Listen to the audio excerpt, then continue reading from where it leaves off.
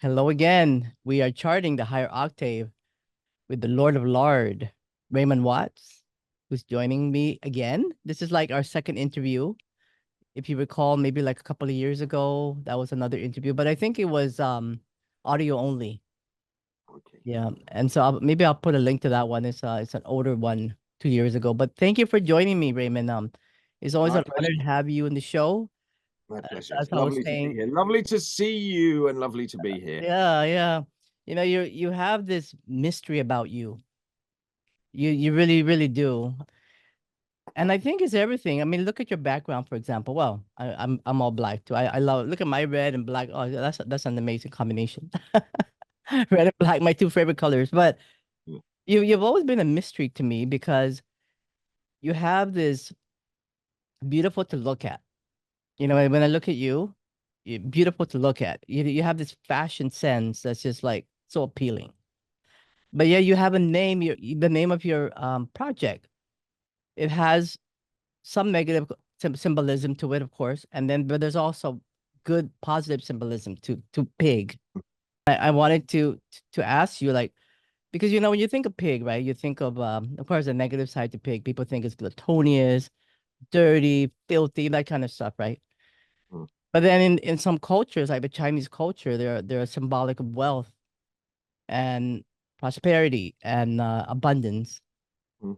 And pigs are really smart animals, to be honest. They really are. They're like a pet in some places. Mm. They're pets, and they're obviously clean in that way. They just I don't know why they get this dirty connotation. You know, Mm. I wanted to ask you, like, why did you pick that project to be called Pig? I know you probably get this a lot. Well, no, I mean, yes, you know, I do get asked that a lot, but it's not really because I have any particular affinity with the animal, the pig, or it's related to the pig. It's the if it's basically it's three letters. It stands really strongly. Um, it is something, I suppose, to do with the fact that the general representation in Western society is our connotations with negativity.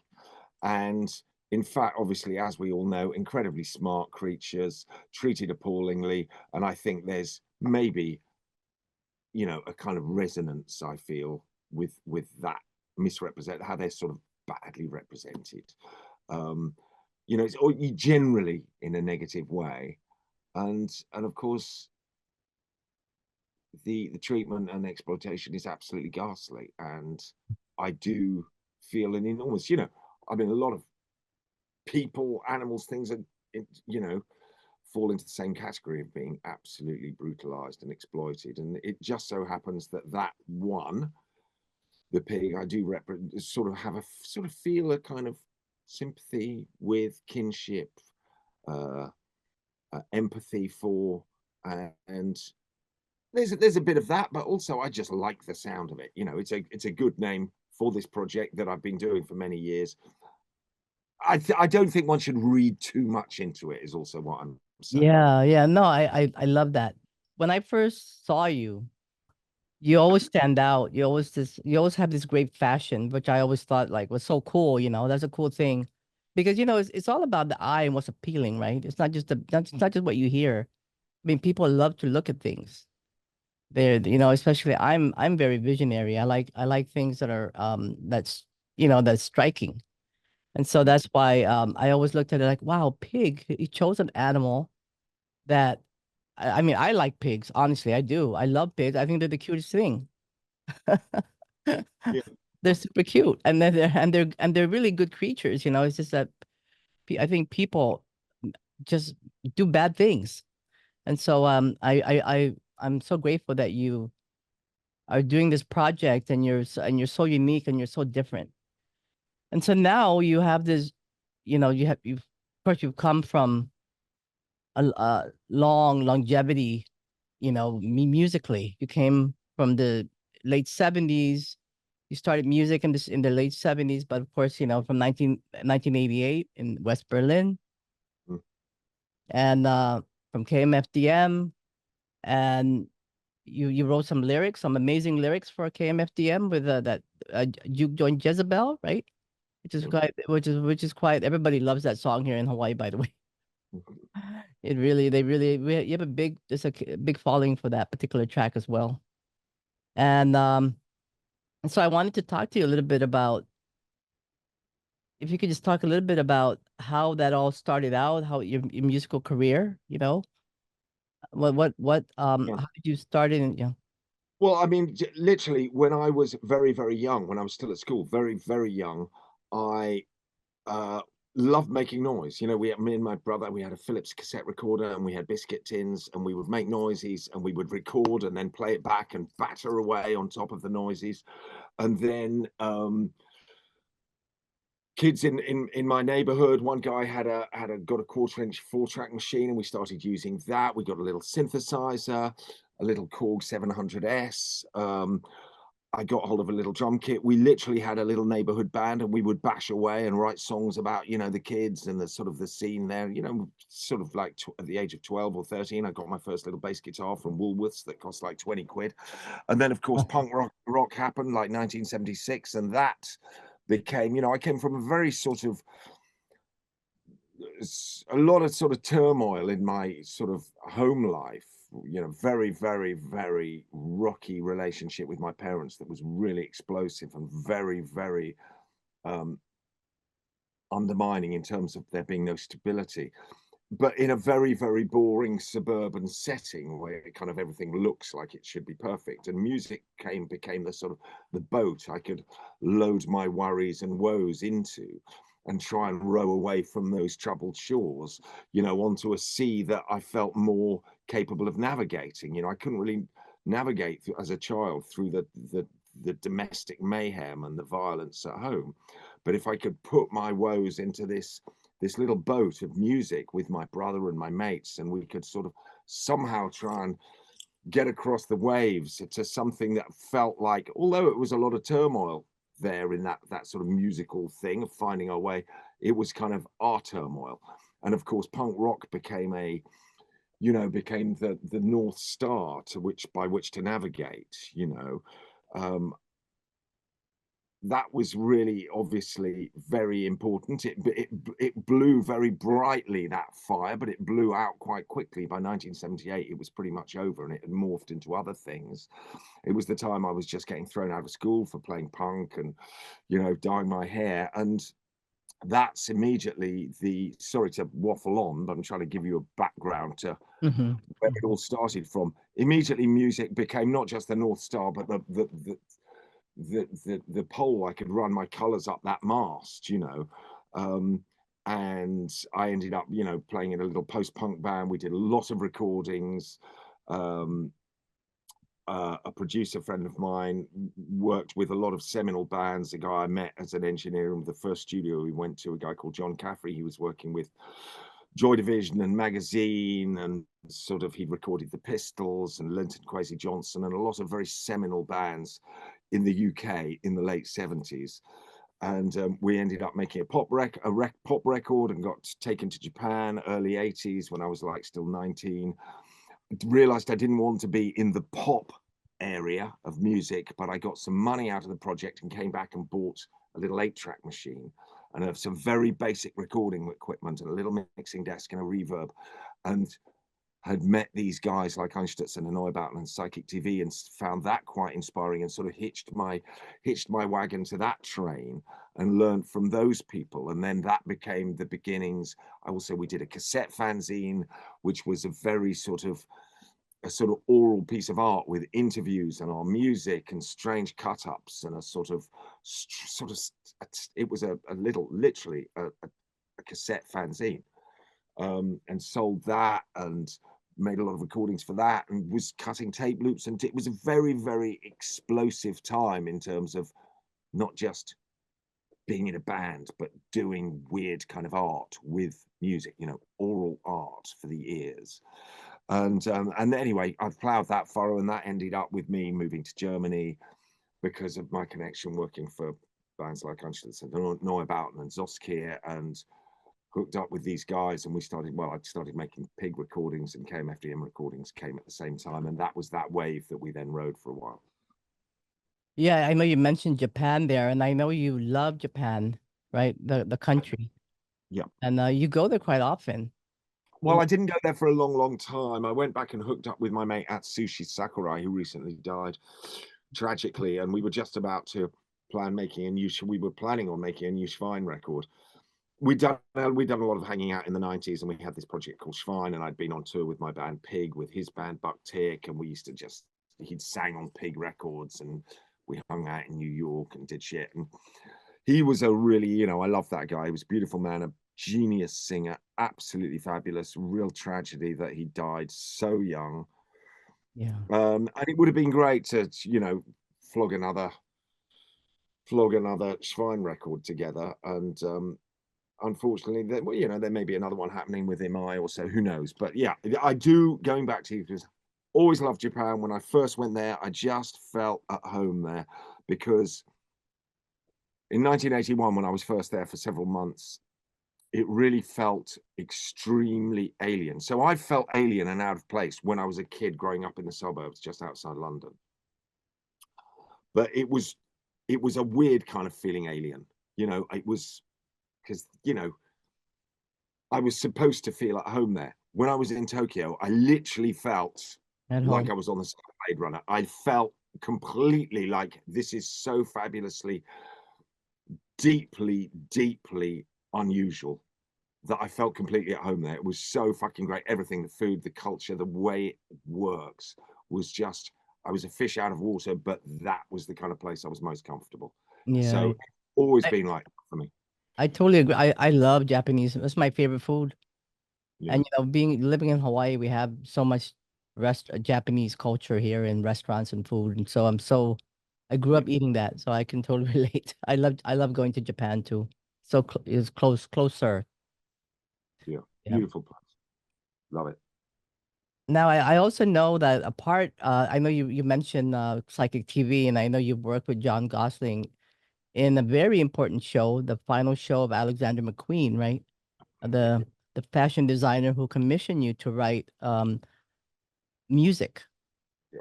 And I wanted you to talk a little bit about that because it's very significant because it was iconic at that time because it was the first time they ever did I think a live stream Mm, recording, mm. when before the internet blew up. And I know you do a lot of fashion shows, and that was one significant because I love Alexander McQueen. We have a boutique here in Hawaii. Mm. This is fascinating. And that line and that last show, which was Plato's Atlantis, right? Yeah. Quite significant. It's so beautiful. I'm like totally blown away by his work. And that one was just amazing. Yeah. I mean, his shows were like, they were different from fashion shows. They were like massive pieces of drama, theatre, art, performance art, installation, with fabulous clothes. And it was a real honor that, I mean, the music for Plato's Atlantis was all based on a track called Inside, that's from a Pig album called Genuine American Monster, and he loved that piece, and we were always using it. He was always wanting to use it on little films they were making and highlight reels and this and that and the other that we used on the website and put up for 2 months or 3 months. It was used quite a lot, and he instead of just playing songs, he sort of wanted to base Plato's Atlantis around that piece of music. So he said, let's use, because it's about 14 minutes long, which is kind of perfect length for a runway show. So he wanted that as the kind of the bed track, and then he'd come in and he'd say, look, I want drums on this bit, and then we're moving to this second section and we need to be underwater here, and I want these kind of noises. And he would just sit there and go, yeah, like this, and then it's got to sound backwards here, and would throw ideas, and me and John would do stuff, and it would go back, and there'd be feedback, and eventually it landed just as it was.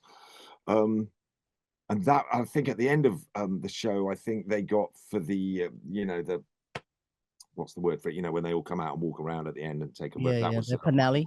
Yeah. that was Lady Gaga debuting her track, whatever it was called. Was it called Poker Face, or I don't fucking know? One of these songs of hers. Bad Romance, I think. I don't know. Yeah, Something like Bad that. Romance. Yeah, Yeah. that's it.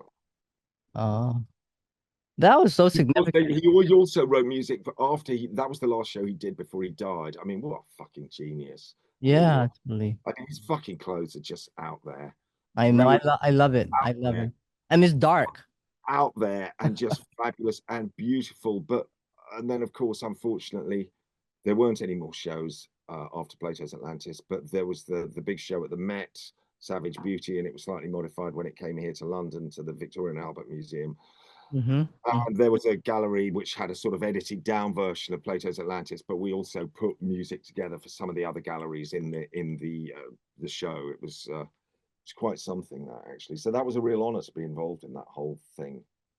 Yeah, that's so significant because if anybody who loves Alexander McQueen has to know this about you because it's so, and this show was his last show. It's so significant in that regard, you know. And I know you've done other fashion shows. You've always liked fashion, obviously, right? I mean, you've always been, I mean, I'm you not, to be perfectly honest, I'm not a slavish follower of fashion, but I can appreciate stuff which is great. I I mean, a know, lot I of mean, you a have your lot own of it, style. a lot of it, you know, I'll just go, yeah, yeah. But Lee McQueen stuff was just there, and that really just resonated with me, you know. And Sarah Burton's done a good job running the company since Lee died, but it doesn't sort of resonate with me so much. Yeah. I mean, he did a great show called The Queensberry Rules, a menswear show that I did the music for also, which Oh, is just fabulous. I think you can find the clothes on YouTube. And it's just the most fabulous, like Edwardian style, very much like the kind of clothing in that Gangs of New York film. That sort of like peacock, fabulously beautiful men's clothes, coats, and butchers, like butchers stuff, you know, leather aprons, and just sublime. I think I got one yeah. of those actually. They gave me a couple of pieces anyway. Yeah. I mean, you have your own style, no doubt, you know, which is just that's amazing. You know, from the album covers to just your performance live when you do your performance. I mean, uh you always make it not just, you know how some people they don't you just they're just known for their voice, not for their looks, right? But Mm. you have that incorporated in all of that. Well, that's very kind of you to say. I mean, you know, I sort of do what I do, and generally I go to uh, my gorgeous friend Debbie, who makes clothes, and I'll just say, "Hey, Debbie, I've got this idea for this jacket like this," and we'll Oh draw yeah. some shit, and then she goes like this, "What about this?" And so we kind of knock up stuff, and she's been making stuff for me for Oh ages. really? Oh, that's so cool. Yeah, I think you And that's mentioned just that to kind of me fun. before. Yeah, I remember that. Yeah. Have you ever thought about putting your own line, you know, your own No, like, no. oh, yeah, why? I think it would be good. Pig. With your symbol, you know? Yeah, I'm kind of happy selling a few t-shirts here and there, and that's good for me. I don't know. I think that'd You be know, I think that'd be I've enjoyed some of the other bits and pieces where I've done, like, you know, little bits of silver jewelry and stuff like that that incorporates releases and download codes, but they're also standalone bits of jewelry that you can hang around your neck and stuff like that. So yeah, I mean, yeah, maybe the odd thing, but not a line. I would buy it. I think it'd be I think it'd be so cool. Me DJing with that with your out with your stuff with your line. But anyway. You know, I know you have this latest album. It was just released on Metropolis Records, and it's called Mm. The Red Room, which is a another great title. It's And called, hang on, let me stop you. It's called Red Room, not yeah, the the Red Room, yeah, not yeah, just Red Room. Red Room, Red Room. And it's out in Metropolis Records now, and people can check that out. There's so many players here. You know, Chris Connelly to Chris Hall and so many others. Yeah, So when I think of Red Room, right, yeah. there's also a symbolism behind that. You know, from Jane Eyre. This is my, you know, from what I recall, and then you know H.G. Wells and so many other things. Yeah. I'm just So plugging this thing in. yeah, yeah. So maybe yeah, it became well. I got the Red Room here. Yeah. And of course, I mean, you know, in sort of you know, sort of technological mythology, I believe a red room is a sort of portal into a dimension of sort of suffering, which you can pay to see people, you know, Mhm. on the internet suffering. So there is that analogy of sort of, you know, the artist as the sort of the suffering artist and the voyeuristic nature of sort of paying to look into it. But also it just sounds good and it has alliteration, which of course I'm interested in it. Or as Yeah, ever. yeah. I mean, I see that on your yeah, if you go to Metropolis Records, it talks about your teasing and taunting and tempting and tantalizing, all this play on words. It's like Red Room. Mm, yeah. And they're Did all did you listen to the record? Do you yeah, like it? yeah. My favorite track is Crumbs Chaos and Lies. I Yeah. think it's a great track for the dance floor. And Great. I also like Pig is at the window. I think that'd be great for a burlesque dance. Yeah. Cool. Yeah. Tell us about this a little bit and the players. I know you've got like all these guys involved here. You also got Ya Toyah, what Yeah. interviewed before. Mm. Well, I literally just I mean most of the guests, I mean the primary thing is I did a lot of this record with the great Jim Davies, who'd worked a little bit on the previous record, The Merciless Light. And Jim, I have a great rapport with. He's a lovely guy. He's really fucking good in the studio. He knows what he's doing. He's quick. He gets to it. He's done a lot of work in the past, you know, with the Prodigy and playing live with them and coming up with all these fabulous kind of guitar noises that you hear on Prodigy records, and you don't really often realize it was one of Jim's guitar noises. You think they're synths.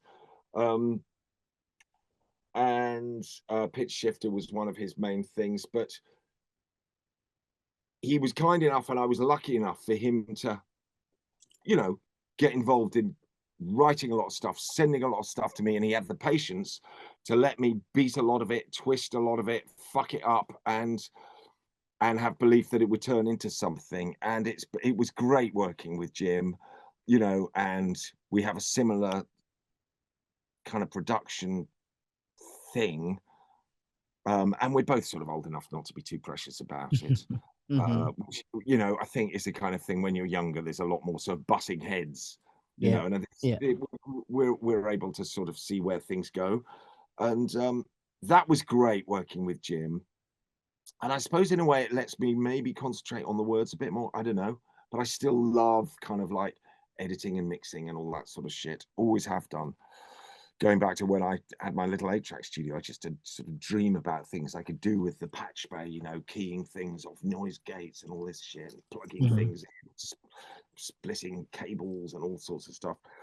But with regards to the personnel who got involved, I'm lucky enough to be able to just call up, you know, Chris Hall and just go, "Hey, Chris, look, I think it'd be great if you duetted with me on this. What do you reckon?" You know, and put down some harmonies, and he takes them and Hmm. runs with it. And likewise, some of the choral stuff, calling up, you know, Chris Connelly and Marc Heal and Burton C Bell, and you know, Ya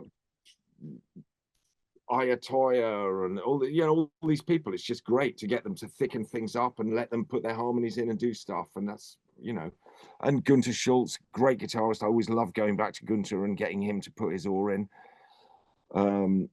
And then Esch, of course, you know, Hmm. all my kind of like people that I've been lucky enough to work with over the years. Yeah. No, I mean, a lot of people want to work with you for sure. Yeah. You know, there's a song intro from World War III KMFDM. There's a line there about you loving manchego and a bottle of wine. Do you like manchego cheese? Yeah, it's all right. I mean, Yeah.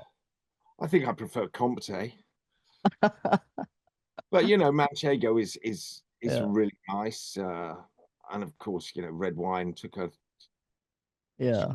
large part in my life for many years, along with various other nefarious substances. But yeah, I do too. That's why I love manchego with wine. it's oh yeah, I mean Manchego's right up there, isn't it? Yeah, it's a perfect cheese. Yeah, it's great, and it's such a great word. Just love the word Manchego. One of our dogs is actually called Eddie Manchego because Oh. fuck knows why. Eddie Manchego, he's getting on now. He's 13. He's an absolute. He's just the greatest. I love dogs. You just can't beat them. You know, they fucking drive me crazy as well. Our little one, Wally, you know, he fucking wakes me up at God knows what time. But you know, once the initial fury passes by, you know, he melts my heart every morning. What kind of dogs? Well, he's actually what I call a GBD. He's just a generic black dog, but he is officially a cockapoo. But he's, as I always say, he's come out more cock than poo. Meaning, you know, instead of cocker spaniel and poodle, he's come out more cocker spaniel. So that's ergo the expression, like not a lot of poo in him. But yeah, he's very, very charming and very fucking bonkers as well. You know, one of the albums, I know you have a cover album, which is really interesting songs. I mean, I love all the choices you put there. The Power of Love, Hmm. Johnson, and The Yeah, Blower's Daughter. I love Damien Rice. yeah. Is there a particular reason why you chose those particular songs? Do you like them, or you must like them in particular, right? Yeah, I mean, I just really like the songs. I mean, a lot of the songs, I did that album with Martin Eden, who's a great producer who I've known for years, and he did Pig Martyr with me yonks ago. And he is, even the records that Martin he's very much part of the sort of wider Pig family. Even the records that Martin isn't on, he's on, because I'm crap with technology. He comes and he looks after my laptop. He's a really fucking top producer. He works with some really great people. But he has this great love of Pig. He's done a lot of work with me and written stuff with me. And he's just, you know, he looks after all the computer stuff and gives me pointers on stuff. He's so open and generous with sounds and technology and sharing stuff. And he's a great producer and he does brilliant string arrangements. And the great thing about working on Candy is we just went, you know, he came up with some fucking preposterous suggestions. Like some of the songs he was just saying, like, he goes, oh, let's do If I Can Dream by Elvis. I went, what? That one that closed out the 68 TV special, you know, where he's wearing the white suit, that incredible song. I said, you're kidding? He said, yeah, let's have a go at it. And somehow, you know, he makes it work in its way. And a lot of those songs he suggested on that covers album. Yeah, And I you mean, know, did a lot as well. And it was just great fun to do, and it's very different and very left field. And we just like the songs, yeah, you I know. love And that. a great pop song can also be milked in a very different way. And a great cover version will bring out something else. I'm not saying they are great cover versions, but some of them might bring out a slightly different. When you squeeze them, you know, maybe they don't come out, you squeeze a little bitterness out instead of all from the sweetness. You know what I mean? So they've been just pushed in a slightly different direction. The same songs, same words, same chord progressions, but just have a different. Yeah, you know, I think you introduce people to music they probably never heard before. You know, like, well, one of my favorite songs in this is called "If You Go Away," Yeah, originally by Jacques Brel.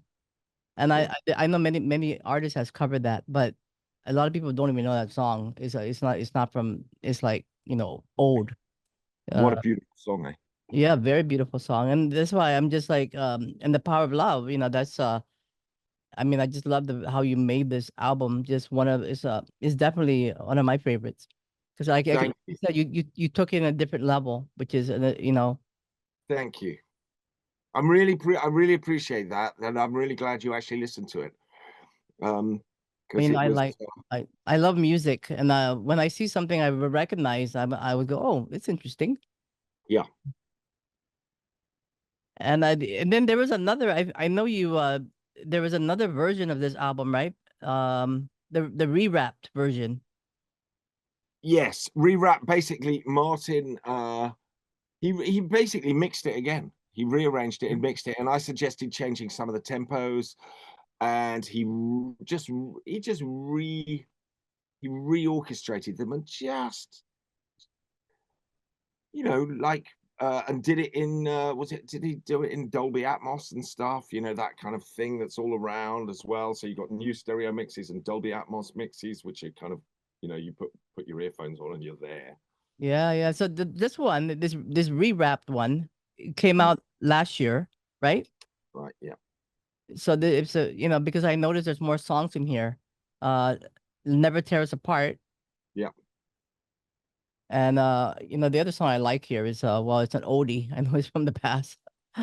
I'll be saying my age if I knew Love Is in the Air. I mean, that's a great song. Oh, I love that song. I love that song. That's such a, yeah, because again, the sort of upbeat version of it is well known from that film. What's it called? The one about ballroom dancing set in Australia. What's it called? Love Is in the Air. Oh yeah, I know that song. That was from the '70s, but it's a great song.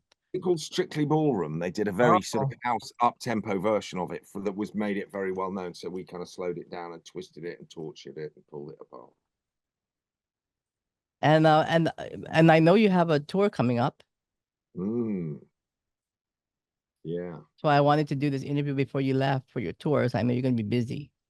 Yeah, yeah. There's a lot of stuff to organize. I mean, it's quite a long time. I was doing an interview the other day, and someone said, "You've got this fucking marathon tour coming up," and I was going, "Oh my god, that really put the fear of God into me." I was going like, it's like 42 dates or 41 dates. And I was going, "Oh Jesus," you know, and it's yeah, that's quite a long way. A lot of places, but we're going to a lot of places I haven't been to before, which I'm looking Oh yeah, forward to. so where are you going on this tour? Let me see. You know, a lot of the same places like San Francisco and Chicago and yada yada. But like, I was looking like Spokane. I've never been to Spokane, and I've never been to Eugene. You know, in Oregon, I think Spokane's in Washington, and various places where I'm thinking, wow, that's Boise, Idaho. I've never been there. Looking forward to that. Well, I Oh don't think I've been there. Maybe years and years ago, but yeah, it's going to be fun. yeah, and then you're gonna have a special guest, Unicode Machine and Curtis Yeah, Mackey and those guys. yeah. Yeah. Yeah, no, I'm looking forward to that, and I think Stoneburner are coming out towards the end of the tour with us Oh, after okay. Curse leaves, and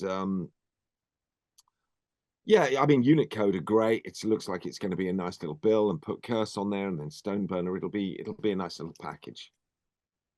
Yeah, I'm just looking to see which one I can. I mean, I want to go.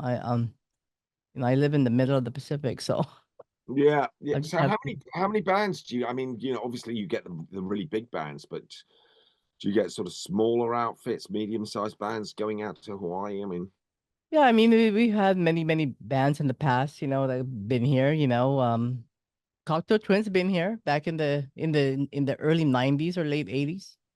who was that? Sorry, I missed that. The Cocteau Twins. Okay, right, Yeah. cool. And you know, Morrissey's been here like a few, I think 2, 3 times. Uh, so many other bands, you know, from the '90s. You know, they all come in. '80s bands. Psychedelic Furs was here. Oh, fabulous. Um, and of course, you That know, John Pryor's been here, and Trishan, and you know, I brought him down, and David J. did, and did John bring out Black Needle Noise? John no, Fryer. no, just he DJ'd here. Okay, Yeah, right, for my right. Venetian Mass Ball, he DJ'd here, and that was a lot of Cool, fun. Yeah, cool. and Andy Rourke's been here a few times DJing before, you know, of course, way back, you know, of course, way before he passed away. But yeah, it's a lot of people that come here. You know, I know you would you be going to Japan like anytime in the future?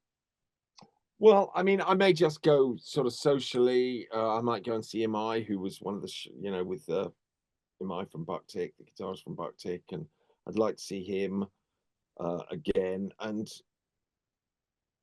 you know, I'm really close to my old manager, Yoshi Hoshina, and it's just such a great place to go. You know, any excuse.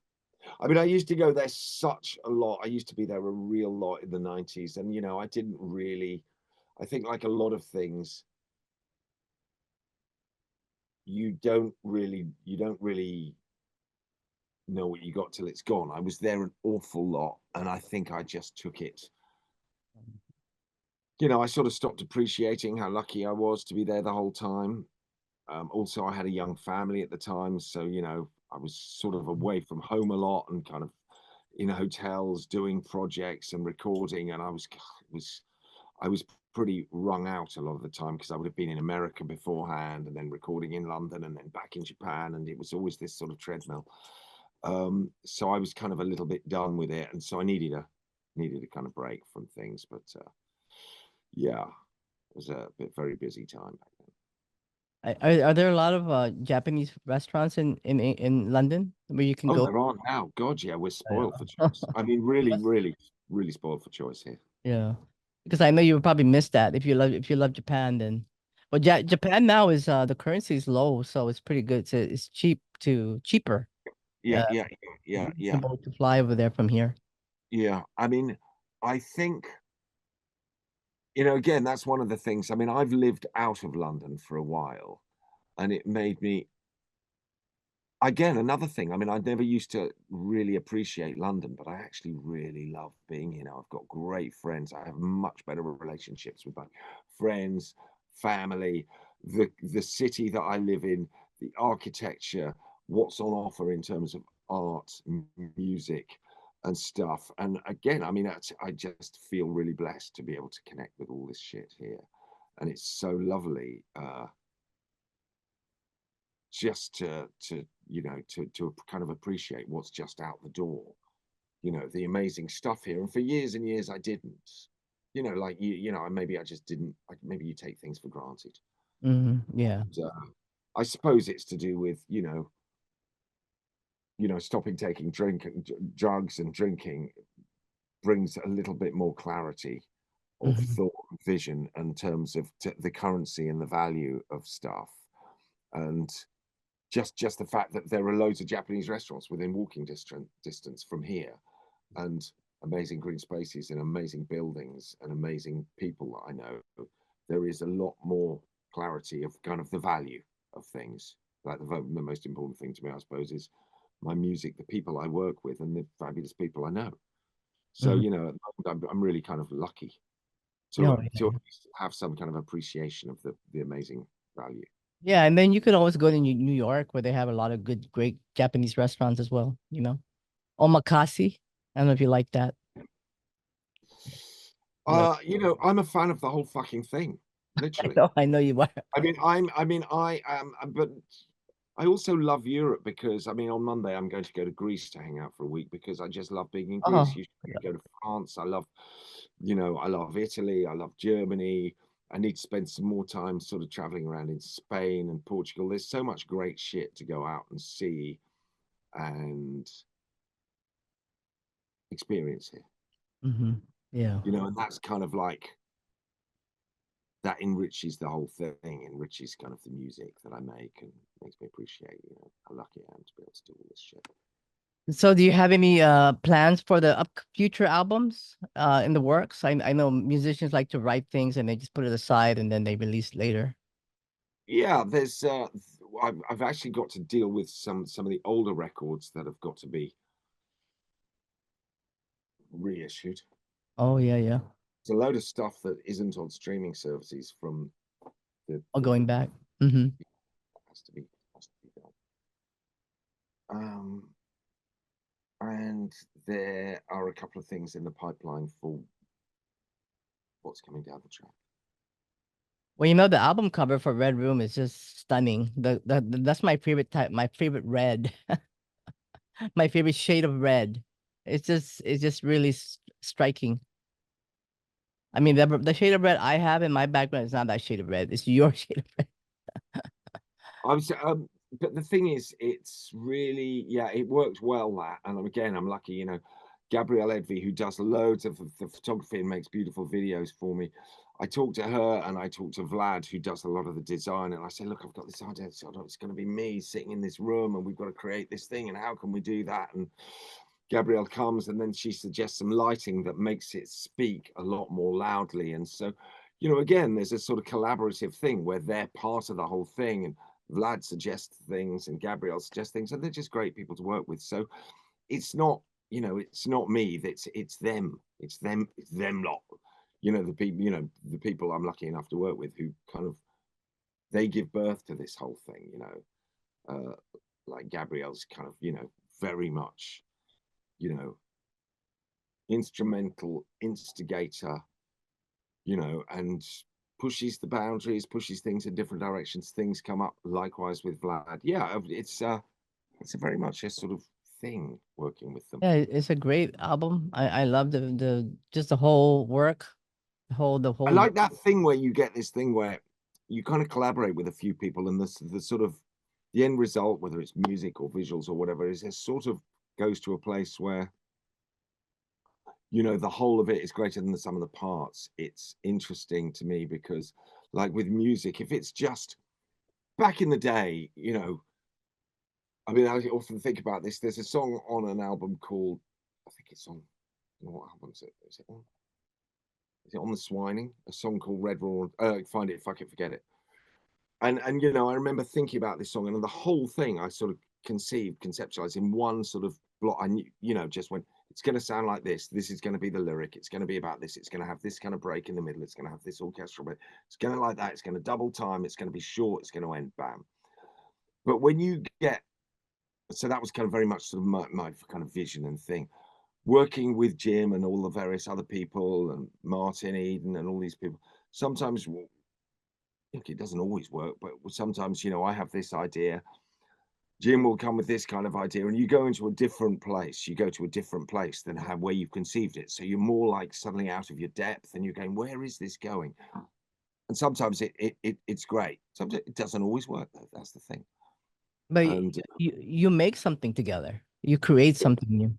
It's like a birth of something, right? Yeah. yeah, yeah. It's a funny Well, old. well, congratulations on this new album. It's called Red Room, so Metropolis Records, metropolis-records.com, and of course your website, pigindustries.com. I even love your the how you put this together. Your website, pigindustries.com. I mean, actually, there is I just signed off on the test pressings of the vinyl of Red Room that Armalyte are doing, who are Ah. my label here in London, and they do this bespoke limited vinyl stuff. Oh, And okay. there's a couple of extra tracks on the vinyl. Is it a And red vinyl? I think you may be right. I think it's a Oh. red vinyl. Oh, And okay.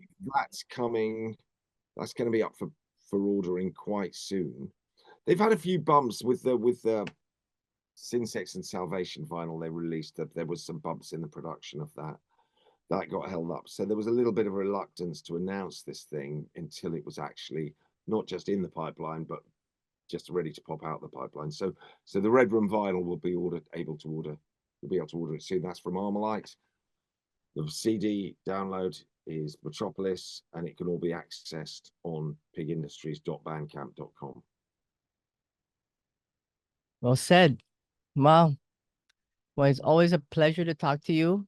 I'm always so grateful for your for everything that you bring to the music industry and your creativity, your style, which is very unique in his own. Yeah, you really do stand out with your style, I have to say. And I know, as I have the eye for it.